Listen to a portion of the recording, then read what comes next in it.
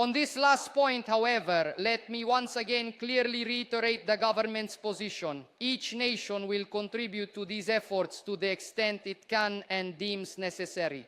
Italy has already made it clear that it does not plan to send its own soldiers to Ukrainian territory.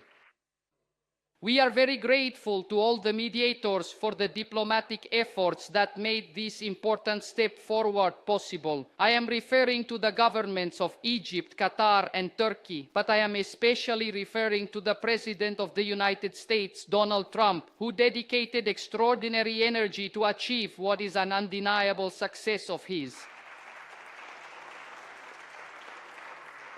After a long time, we are facing a credible prospect for a just and lasting peace in the Middle East. The events of the last few hours demonstrate how fragile the balance is and subject to daily risks, and the international community is called to defuse those risks with determination and patience. The violation of the ceasefire by Hamas once again shows who the main enemy of the Palestinians is. But the subsequent Israeli retaliation, resulting in new civilian casualties and the interruption of humanitarian aid transit, represents another choice we do not agree with. However, the path undertaken with the signing of the truce is the only one worth pursuing, the only one that can lead to the realization of the two-state solution. Italy urges all parties to seize the opportunity provided by this glimpse of peace, respecting the terms of the plan, and is of course ready to play its part as a protagonist. In the immediate term, the resumption of humanitarian aid for the population of Gaza is crucial, with a renewed central role for the United Nations.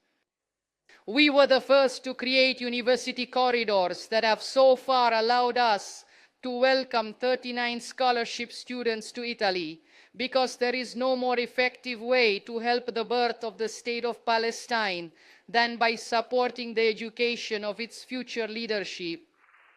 We are ready to provide all the necessary support to the Palestinian National Authority, including in the training of leadership cadres, so that it can soon assume full government responsibilities within recognized borders. Italy is at the same time ready to actively contribute to the day after, even participating, if requested, in the work of the Board of Peace, the provisional governing body for the Strip.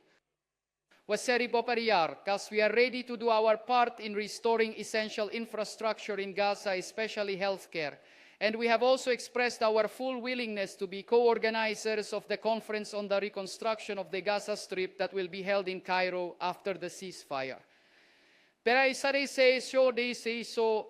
From a security standpoint, finally, we are ready to participate in a possible international stabilization force and to continue supporting the Palestinian National Authority in training its police forces, in strengthening operational capabilities. Our support for the Ukrainian people remains firm, determined with the sole aim of achieving peace. Such peace, however, must be just and not the result of oppression, which implies a fair solution, the result of a credible negotiation process, in which clearly no decision about Ukraine can be made without Ukraine, and no decision about European security can be made without Europe. But the other two pillars on which this security architecture must stand from our point of view include a political component with an assistance mechanism modeled on Article 5 of the Atlantic Pact, and a reassurance component provided by the so-called coalition of the willing. On this last point, however, let me once again clearly reiterate the government's position. Each nation will contribute to these efforts to the extent it can and deems necessary. Italy has already made it clear that it does not plan to send its own soldiers to Ukrainian territory. To reach the negotiating table, it is also necessary to increase pressure on Moscow, as we are doing with the 19th package of European sanctions we are approving, which will further reduce the resources Moscow can allocate to the war effort. because it is beneficial to repeat an important concept. The economic sanctions are not against the Russian people, they are against the regime that turns Russia's wealth into weapons and destruction. We all know and support the need to protect the eastern flank of Europe and NATO, but we cannot allow the southern flank of the EU to be overlooked. The security of the alliance's external borders is indivisible. We must also be ready in the face of threats to our security posed by borders, conflicts, and instability in the Middle East, in Libya, in the Sahel, in the Horn of Africa. Meanwhile, Italy has already begun the process of strengthening its defense by adhering to the facilitated funding provided by SAFE, Security Action for Europe, with the allocation of 14.9 billion euros.